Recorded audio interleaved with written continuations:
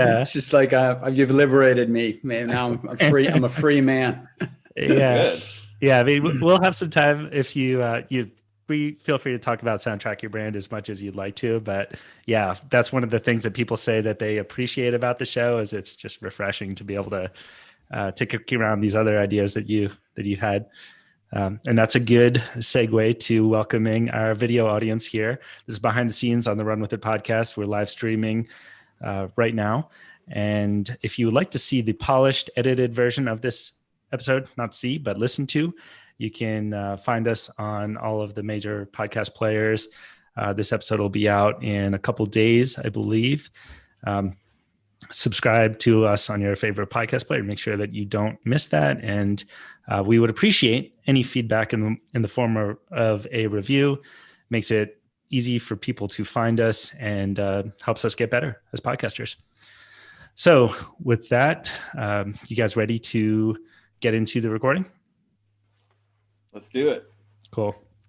Oh, okay. Welcome to Run With It, the show that brings you business ideas from proven founders. My name is Chris Justin, and I'm here with Ethan Janney.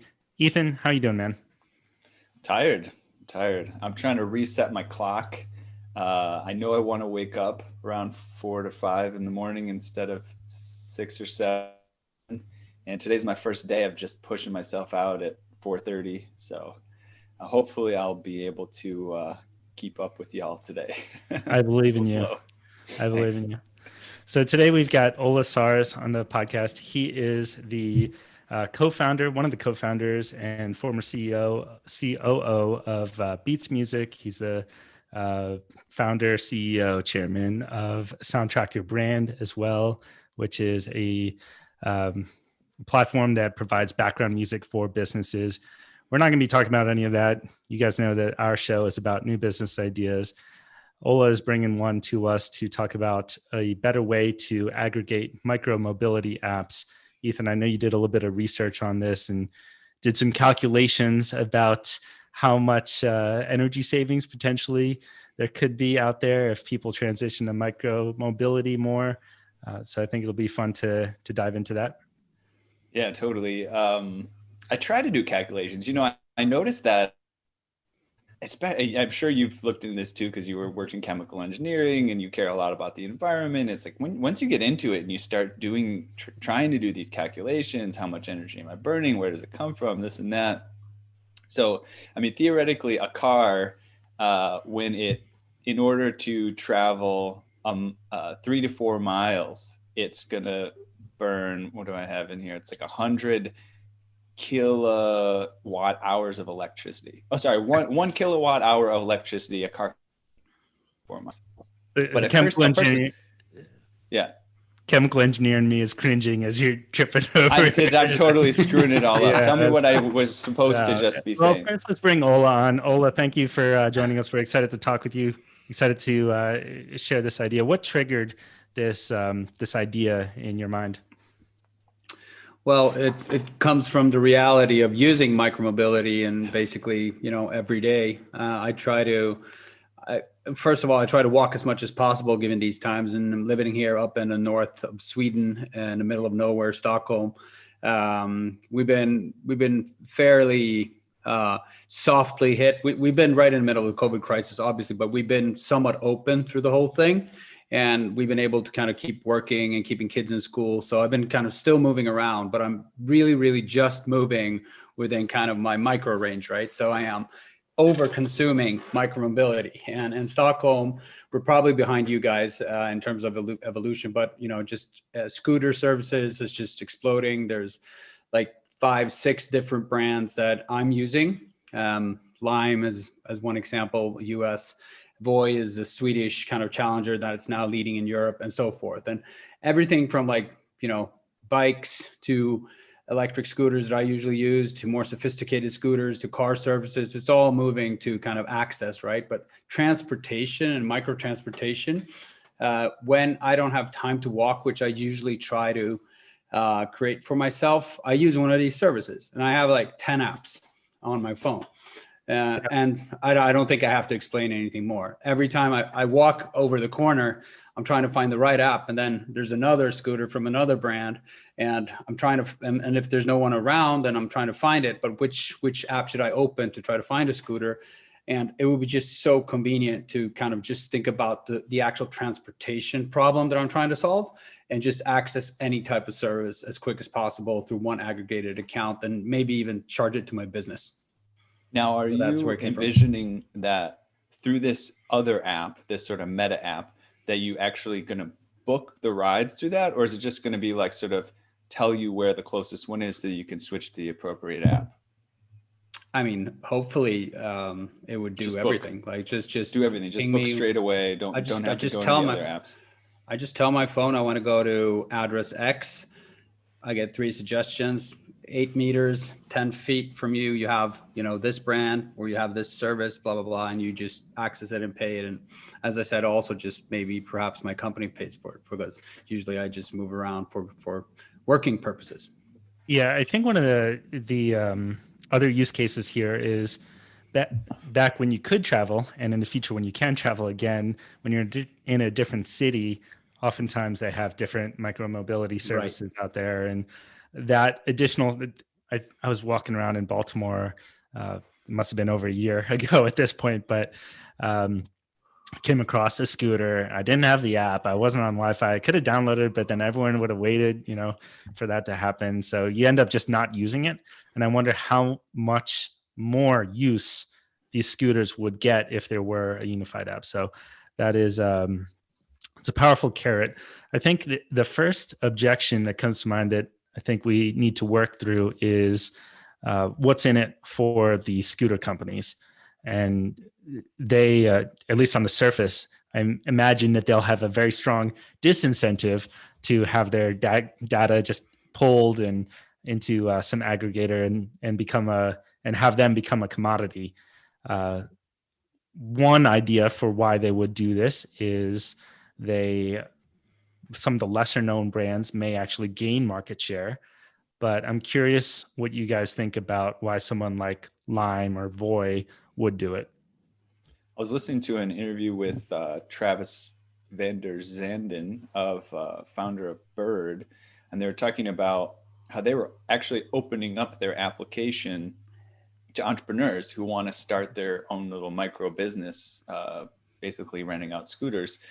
And so in a sense, you could be facilitating something like that. Like you said, a smaller player, and they just want to have some scooters and they don't that software. So what I can see is if you get really good at being the aggravator, it actually disincentivizes the individual players to have an incredible app experience, right? Because people aren't even going to go into that app. Why do you need to make it so great? So then you become the software central hub that people like. You want to be the best software that people like using the most. And then I guess my question is, if they don't, that those individual players don't have to work as hard on their software, but then what is it that they're facilitating? Is it the equipment now that they're experts in, making sure they have equipment that lasts? For example, again, in that interview with the founder of Bird, they were working on taking a machine that would only last 3 to 4 months and now extending it that it lasts at least a year, right? So is that where those providers go into, like focusing on making the actual equipment efficient? And do they like that idea or not? Yeah, I think you guys pretty much nailed the main challenger here, right? It's like that's the first thing you think of. Why would they even open up? And it's such an immature market still. But actually, I could draw a parallel to where I come from in music streaming. And I mean, I think every industry starts like that when aggregation starts. Everyone's like, why would they? I mean, you look at real estate, you look at all the markets that are basically driven by aggregation today. Price comparison, everything, all of those are like aggregation businesses that they all started with the same challenge. I think that's like, why would we share? But for some reason, they get to a point where it's incremental opportunity. And I think that's the core, like, how do you provide incremental opportunity or incremental focus for the actual, micro mobility supplier in this case. So I think that's the kind of key question to crack, right? And one angle to it would be, like you referred to, different services in different markets. If I would connect to this aggregation app and somebody comes to New York from Stockholm, then that's incremental. Then they can access my service directly instead of picking someone else. Or, it starts somewhere, right, in aggregation, and somewhere down the line, I think it kind of it explodes. So I don't have the answer, but I think it's been done before, but it's obviously the biggest challenge.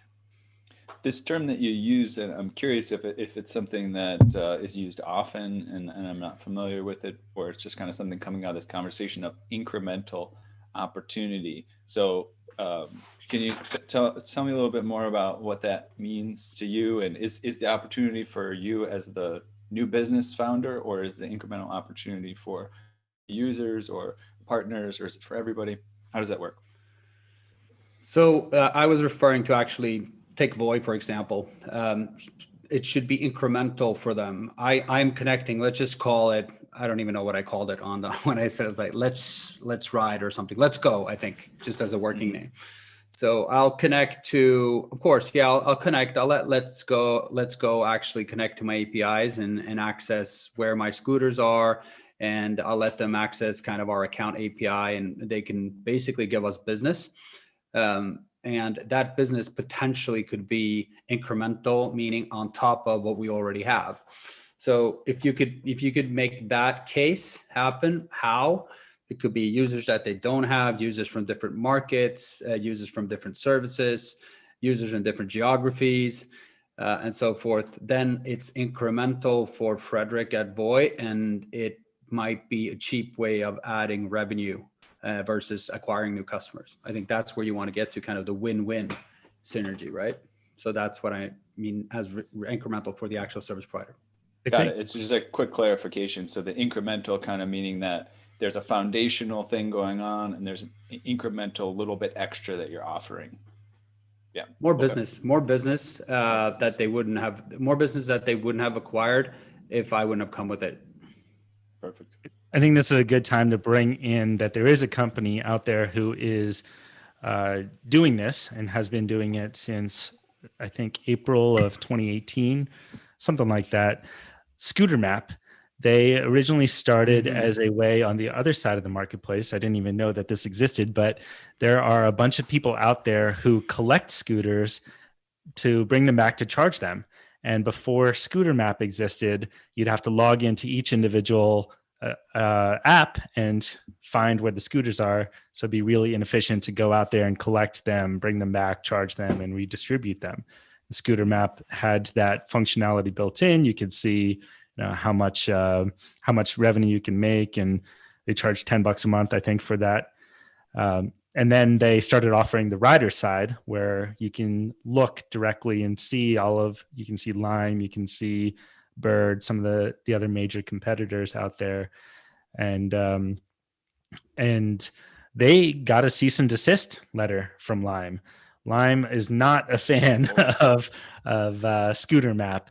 They and they just went down this litany of things which Scooter Map addressed. And ultimately, it became clear that they're just trying to kick them off the App Store. So there is, there's precedent for what we're talking about here is as problems. There's still, Scooter Map still exists. It's rated 4.2 stars on the App Store. So you can go out there and download it. It's not super well known. I didn't know about it at all until looking for this podcast, but preparing for this podcast. But it's kind of, this guy is who started it. Pontus is his last name.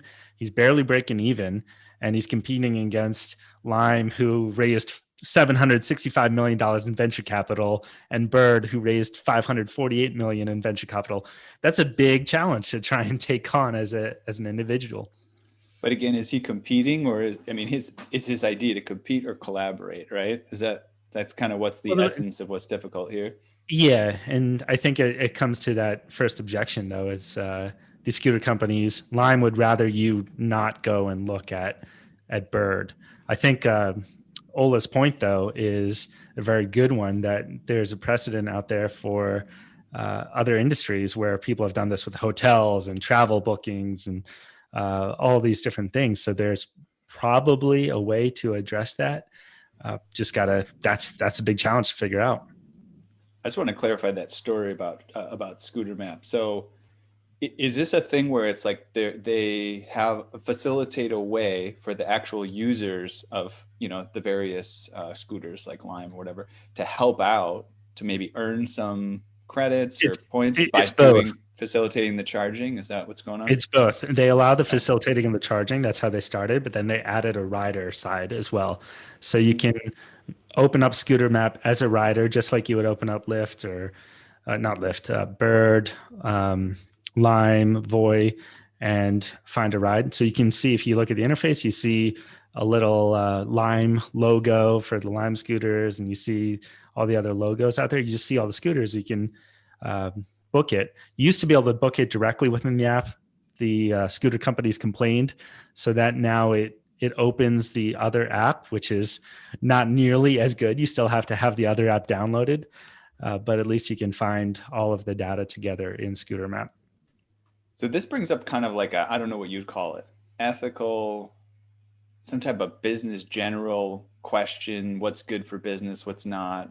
Capitalist question. So like, if you take a company like Amazon, right? I mean, Amazon has kind of done this for online business, right? They've said, hey, let's make it easier, and you can sell this and you can sell that, you know, and everybody's like, oh, that's okay, cool, yeah, I'll jump on, I'll sell through Amazon, and then one day, you know, somebody who's making a ton of money off of Amazon, like our previous guest, Aaron Hooley, you know, there's some change in the parameters, they get delisted, or, you know, there's the commission structure changes, and they're like, oh man, I'm screwed now. And Amazon's got all and I have none. And so in some sense, that's bad for society. It's bad for competition. It doesn't work well. And then you see the rise of, you know, Shopify, who's, you know, kind of like the anti-Amazon, trying to help the independent person have their own store and own more of the pie there. So is that where this would go? Is that the ultimate end of this thing, that it's just sort of becomes the conglomerate aggregator that rules everyone? That's the fear, right?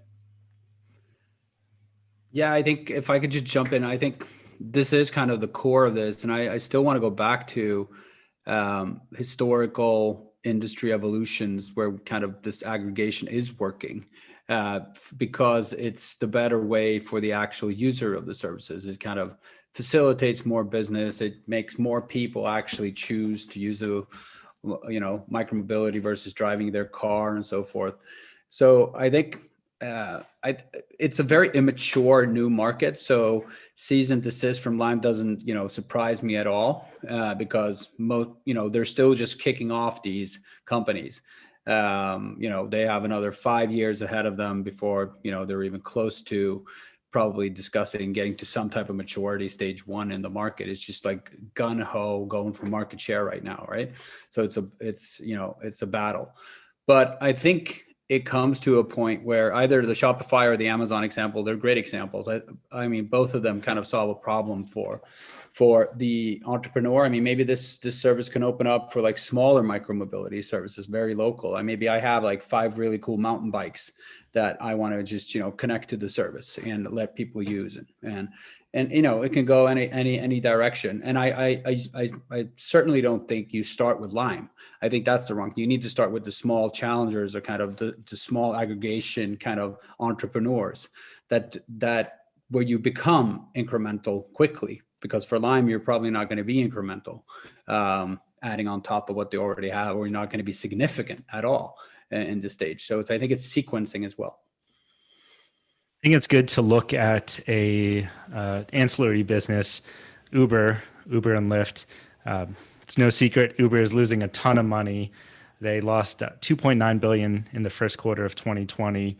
It's a mobility business. People, I think about them in the same vein, even though it's a different distance that you're trying to travel. But I think that's a cautionary tale here of that's a more mature market, maybe 3 to 5 years ahead of where micro mobility is. And they have largely commoditized Uber and Lyft. There's no people just want a car. They want to get from point A to point B. They haven't figured out a way to get someone to prefer one over the other than the Travis Kalanick stuff with Uber got a lot of people to stop stop using Uber for a little while. But I think that we really need to get ahead of that lowest common denominator, driving down the price, commodification of this service. I want to, I think like, so where is their success with Uber? Does anybody know, like, is anybody watching Uber and Lyft and their long-term vision and where they're actually going to think they become profitable? I'll Uber just sold off their self-driving division. That was one of the things that they thought that, or analysts believed that was going to be very big for them in the future. But they sold that. They have largely filled in their revenue via Uber Eats and delivery services like that. So that's been a big part of it. The other thing to when you're down, just going to keep kicking. I found out that micro mobility services, at least in the United States, I'm not sure about worldwide. Ola is based in Stockholm. At least in the US, they're down. The payments for them are down almost 100%. It's been devastating from the pandemic. So there's an opportunity there to pivot and to figure out a new business model. And certainly people will come back and use services like this. We were talking before we recorded. If you haven't ridden a scooter, I think it's glorious. I was riding around in Santa Monica. It's perfect for an environment like that. You've got the sun beating on you, breathing fresh air. You feel more connected to the world around you. There's so many reasons why it's good. So it'll exist, but what shape does it take? A time like that, though, if a market is kind of under stress, it could be a very good time to move into it, right? Because in some senses, there's no place to go but up. And of course, I haven't researched it that deeply, but it's pretty clear that people don't want to share much nowadays, right? Like anything that involves sharing something. Oh, somebody else was just using this. I'm going to say, man, you know what? I'll try something different. But that's definitely, it's got to change long term. If you invested in starting a micromobility project now, it might even be perfect timing, right? You get all the basics down while the competition might be thin and people are ignoring the field. And then within the next couple of years, as you gain momentum and the industry starts to pick up, you can be basically the first, have that kind of almost like a first mover advantage, another chance at a first mover advantage because of the downturn in usage. I think I want to connect to kind of the Uber example and Lyft example, and then compare that to Voi, which I know the best because I know the team really well. But so first of all, kind of Voi owns the whole value chain in terms of the actual product, the commodity, right? So they produce and distribute and manage a fleet of scooters, which is super sophisticated and is a business in itself. Right. So there is something where you can excel in kind of distributing the micromobility platform of their scooters. They're at the same time expanding horizontally in terms of bikes and other types of vehicles within kind of their platform. So they're kind of going vertical and horizontal at the same time, right? They own the whole production and they're adding products on top of, on the offering. If you look at Uber or Lyft, I mean, they don't own the actual commodity. They are as such, perhaps aggregators, but under one brand, right? Because they're a platform for entrepreneurs. And you can take the example of Shopify, the Shopify model versus some other companies like Ticktail and so forth before, where Shopify actually is the platform for e-commerce, but then some of them have tried to kind of be the platform, but then they moved to becoming marketplaces. So it's kind of like, the square, you're thinking horizontal evolution and kind of moving down the value chain in terms of owning the product as well. So I think my point being, I think it's a very immature market right now with micromobility. And by the way, I think there's, investors are still gung-ho because they see this, 10 billion, 20 billion $30 billion market, which is going to happen. I mean, it's happening in Europe right now. Voice just killing it. They're winning city by city by city. And 6 months from now, we're going to, be beyond COVID, hopefully, if we're lucky and everything goes in the right direction. I think it's just the beginning. So either an interesting idea would be if Voi or any of the other brands as such, they become the actual aggregator to other services, smaller services that could connect to their platform. That's one way of doing it. Or if a different type of company comes in, just like Lime did with Uber, right? I don't know. I assume that started in the US, where you could actually book a Lime through your Uber service. That we have that in Stockholm at least. So they're kind of connecting to each other anyway, the big players.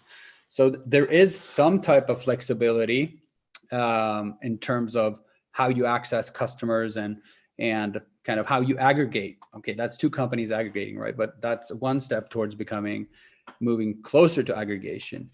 So I think it's a super complex business. So there's openings in the value chain for things that Voice shouldn't be doing, that they can't be best at.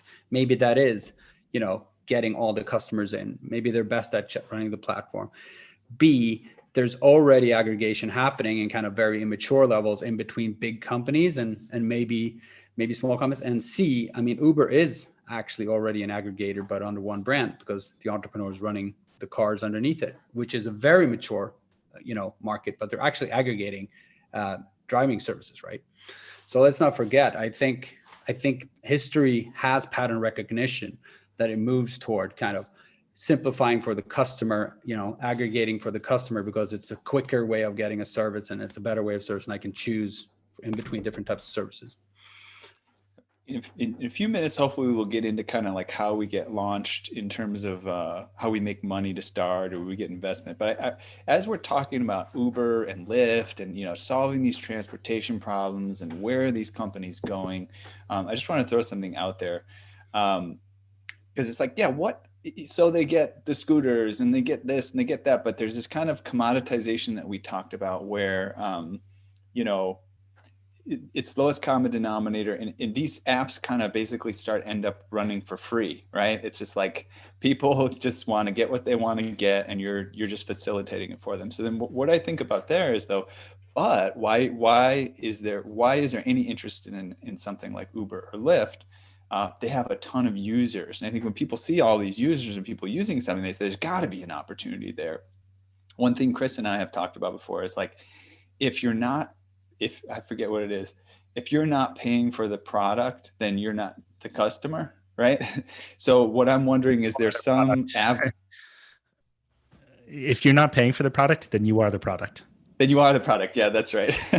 So there's this idea that like something like Facebook, right? It's increasingly, actually becoming obvious to people. It wasn't obvious at first that the product, right, of Facebook is the people on there that they can now be marketed to, right? And the people that are paying for Facebook's revenue are advertisers, right? So I'm curious if we just want to discuss for a moment that with any of these plays, you build a product that people love to use, but they don't want to spend a lot of money to use it. Is there another way to make money really that has nothing to do with what the users might think is the way that you're making money, right? Do these become advertising platforms where it's like really Uber, just serves you ads based on, hey, you're going to this neighborhood, do you want to go to this restaurant, or you just got on this scooter and you went to the park, here's some ideas what to do nearby, right? So I'm just curious, is that a fruitful avenue? Because maybe it feels like there's a dead end unless you think about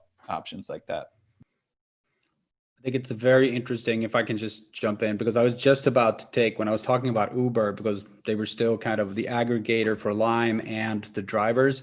And then I was on my way to Google, and that's kind of where you are right now, which you're not paying for the product, you are the product. And there's no better example than Google, right? That is the example of that equation. So let's just imagine that Google took on the aggregation role. Then you start talking about, Big Brother coming in and really adding value, being huge on top of these platforms. And all of a sudden Boy becomes, and Lime and Bird becomes these small players that connect to the system, right? So Google Maps and Google Pay with all of the different micromobility services. That's a pretty interesting aggregation thesis, right? And then back to who's paying for what here. Maybe that is Google paying, or maybe restaurants paying through Google to the actual micromobility suppliers. I don't know, but that's kind of flipping it a little bit, that a big player would come in and kind of take the aggregation role here.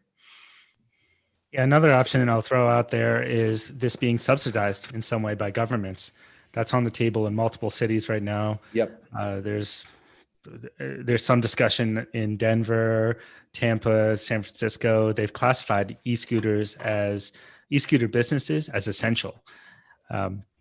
Portland has started a partnership with Spin, in which Portland is temporarily waiving the daily scooter fees of 20 cents per scooter and 25 cents per trip in exchange for Spin reducing the cost for a ride by 50%. As climate change becomes more of takes up more mind share in people and local governments' minds, solutions like this, that back at the beginning of the episode, we were alluding to we're talking about the energy usage to go 1 mile in a car, right? It's far more efficient to use a scooter, far fewer greenhouse gas emissions. If you can capture those externalities into something like this, then a platform that reduces the friction to using a scooter becomes much more valuable. I think it's a super point because, go ahead, sorry. I'm going to say this, it's kind of a distraction, but I want to harken back to my difficulty with doing the math around, cars versus scooters and walking. And I just, it's far more efficient, to use these devices. And I do want to say that there's definitely some voices out there that are sort of presenting things in a way that's interesting, saying like maybe walking isn't as efficient, or using a scooter isn't as efficient as you think when you compare it to using a car, because of, the other fossil fuels and things that are used to kind of create the energy to make that system work, So it's interesting to think about these. It's interesting to like really think deeply about these issues and ask ourselves, are these things more efficient? Are they making the environment better?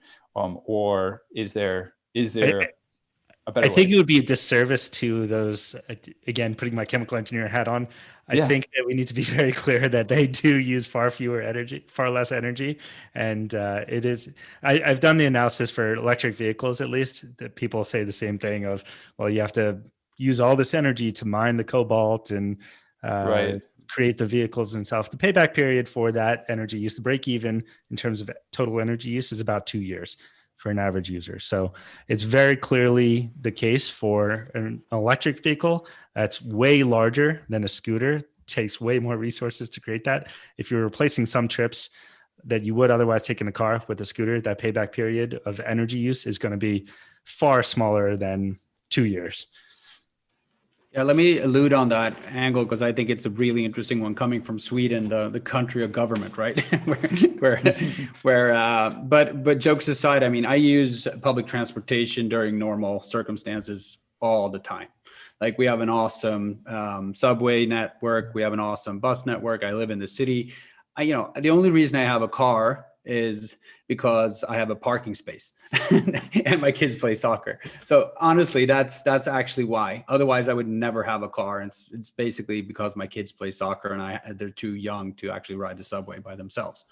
So having said that, I have a monthly pass with like public transportation, but public transportation only gets you like within certain boundaries. It's not, this would be an awesome complement on top of public transportation. So back to your kind of government subsidiary or a substitution of this, I think that makes a lot of sense if it works with kind of the whole, save the planet angle, which is obviously our most important angle right now in everything we do, and efficiency of travel and everything. I think there's something there that's very interesting if you connect it to current public transportation efforts. Another idea to expand the value chain here for this app. Imagine that you were sitting in a restaurant and you're wrapping up and there are no scooters around you, and within the app, you could request that someone drop off a scooter in front of your restaurant for you, and they reserve it. So within that app, maybe they're in Lime and they still have it checked out, and they check it back in right when you're finished, and there's a seamless transfer. I think things like that. There are probably other ideas like that where you can make it more convenient for someone to use Let's Ride, that people would pay even a premium. Let's say that if you paid $10 a month, then or $5 a ride, something people would pay for that ability to have someone bring a scooter to them. Yeah, I think. Go ahead. It's interesting to think about these added features and making, how can you make it cool? How can you optimize things for the users? But one thing that I'm noticing is, the internet now is seen as a utility, just like water, right? Or electricity itself, right? And as I kind of think about how all of these transportation, efficientizing companies are aggregating and bringing things together, and Uber's now about scooters, and it's about cars, and who knows, maybe they start managing the bus system or whatever and trying to optimize everything. Just curious, thinking really big on things and thinking really far ahead, does transportation turn into a utility in the future, where there's some sort of involvement with the government? We talk about the government, there's incentivizing to protect the environment and make things efficient, but also to facilitate the movement of people so they can make a living and create a nice economy. And really it comes down to, you contract with a sort of transportation utility company and you pay your monthly dues based on how you use transportation and how you move around, and the government and those companies kind of take care of the rest, and you just get a bill every month. I think it's so interesting. I mean, imagine kind of just like carbon footprint type of exercise on, like, you score. I mean, they subsidize, historically they built subways, buses for a reason, right? But now they're kind of, the last 10, 20 years, we've been hearing kind of the carbon footprint and kind of the environmental angle to that a lot, right? And take the bus instead of, the car, and you see these pictures of highways in LA where there's one person in every car, right? So kind of within that thesis and the future, that's not looking so bright right now for the human race, right? And government stepping in and having to do something. I mean, imagine the thesis of, gaining carbon footprint points, and the government subsidizing the whole transportation, not being free, but maybe subsidized, right? It's like internet actually was subsidized in Sweden in the beginning, and it was actually your first PC, you would get like 80% subsidized when we were building up kind of the internet. People would be able to kind of subsidize the first PC purchase. There's something extremely interesting there, I think, from just a small aggregation app idea to the greater good of creating a much more healthy transportation idea that has to happen, because we can't keep going like we're doing right now. Be an interesting long-term vision. You look at somebody like Mark Zuckerberg, he started, and, people wanted to offer him money to like sell the business or take a lot of share of it. And, he had this thing of like, well, what would I do if I sold Facebook? I'd just keep working on Facebook. I'd create another social media app. And so and that's because he had, clearly had some sort of long-term vision that he was passionate about. So it'd be interesting if you started with a scooter aggregation app and your long-term vision was to become the utility, a transportation utility company of the future. It's definitely an exciting avenue to pursue, and something that could keep you going long-term. I wanted to move to, how do we make money at first, right? Are we taking a little cut of the fees? Are we really making like $1.50 a booking? Like, are they asking us? Do we have investors at first, and it's just about growing our numbers? How do we make money with this project? I'm going to pick on Chris because I don't want to pick on our guest. Yeah, that's fine. Pick on somebody. Pick on me. I think, it's a challenge. Honestly, I think as demonstrated by this challenge that Scooter Map has faced, even in just existing without taking a cut, right? I imagine that if you asked both Lime and Bird, who both sent cease and desist letters to Scooter Map, if not only would they allow you to exist, but can you pay us for those bookings, I think that they would show you the door very kindly. I think that it has to be some sort of value add, that there's something additional that you're doing as part of this. And the value add that in the way that Scooter Map is making money is for people who are collecting scooters to charge them. If you want a notification of a scooter in your area, then you need to pay the $10 a month for that. So we need to think of creative ways of adding value to the rider, so that they would want to pay. I think that dropping off the scooters in front of them would be a good one.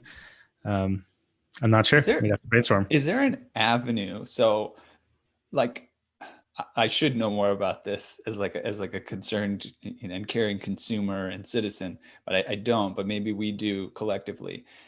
I know, like, your utility company, if you use less electricity, you pay less. But also there's ways to kind of like, maybe purchase particular devices or maybe get some sort of discounts, right? Or some incentivizations, right? So I'm wondering if there's a model where the value add get sort of credits because it's clear that you're saving, the utility. I mean, the utility companies, I think, are incentivized for you to be efficient with your electricity usage, even though that might be counterintuitive. And Chris may know, but I guess if it's not the utility companies, it's at least the government.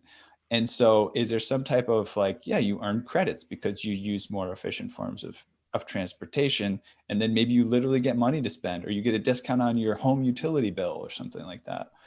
Chris, I saw you kind of maybe you know something about how this all works. Let me know.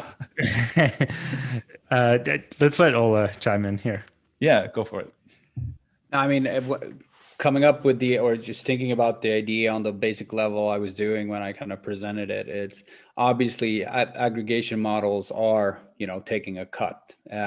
And we see now the immaturity of the market leading to cease and desist, right? So it's very challenging to get, the big players on board at least. But the business model for these services is you add something increment, you come with customers, they pay you a cut. So I think we can pretty much just box that business model and then figure out if we actually can add something to the equation, maybe to the smaller ones first. But then when you get big enough, then sooner or later, that's the whole housing market, right? That's what happened in every market. There's a brand, and then there's a couple of thousand real estate brokers that all are forced to connect to kind of these aggregators and pay for the ads, or share something in kind of the value add of getting traffic.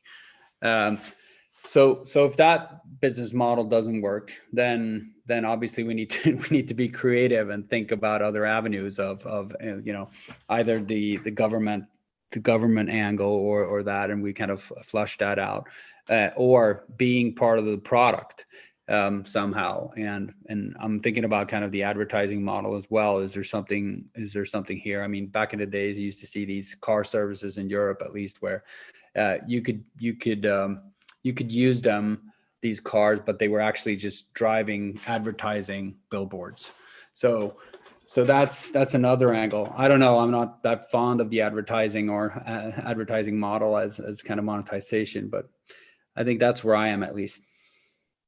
I think this is it's an interesting idea in itself, because if you picture a world 5 years from now, 10 years from now, it's hard to imagine one in which there are 30 different scooter apps, right? It's going to consolidate.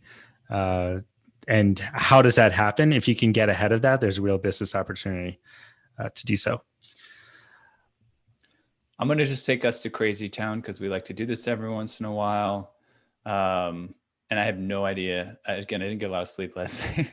I was thinking but my first idea was you have to watch an ad. Yes, we'll get you your scooter, whichever you need. We're going to ask you to watch like a 30-second ad, and actually maybe you pay less for your scooter because you watch this ad, but the money off of the ad revenue, and it's very targeted because we know where people are going and we have data on their movements and things like that. And the other idea, which I'm just going to say, no idea, we'll probably cut this. Like, what if you were asked to like listen? My first idea was you were asked to like listen to a podcast for some reason, right? While you're riding your scooter, right? Okay, so get on your scooter and listen to this podcast or whatever.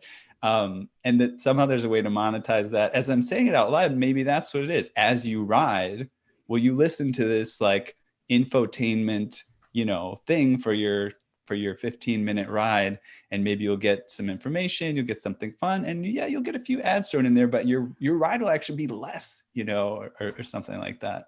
Could be interesting. It could be interesting. As a potential user of that, I'm viscerally disgusted by that experience. That is just a world that I do not want to have to live in. But yeah, I think we're headed in that direction in a lot of ways, and as you were speaking, I'm thinking, man, just need to pay for more apps. Like, I don't want this advertising. You don't want to be the. I don't want to be the product. Yeah, I'm going to pay it for more. I probably pay more for apps than the average consumer, but I want to go even bigger than that.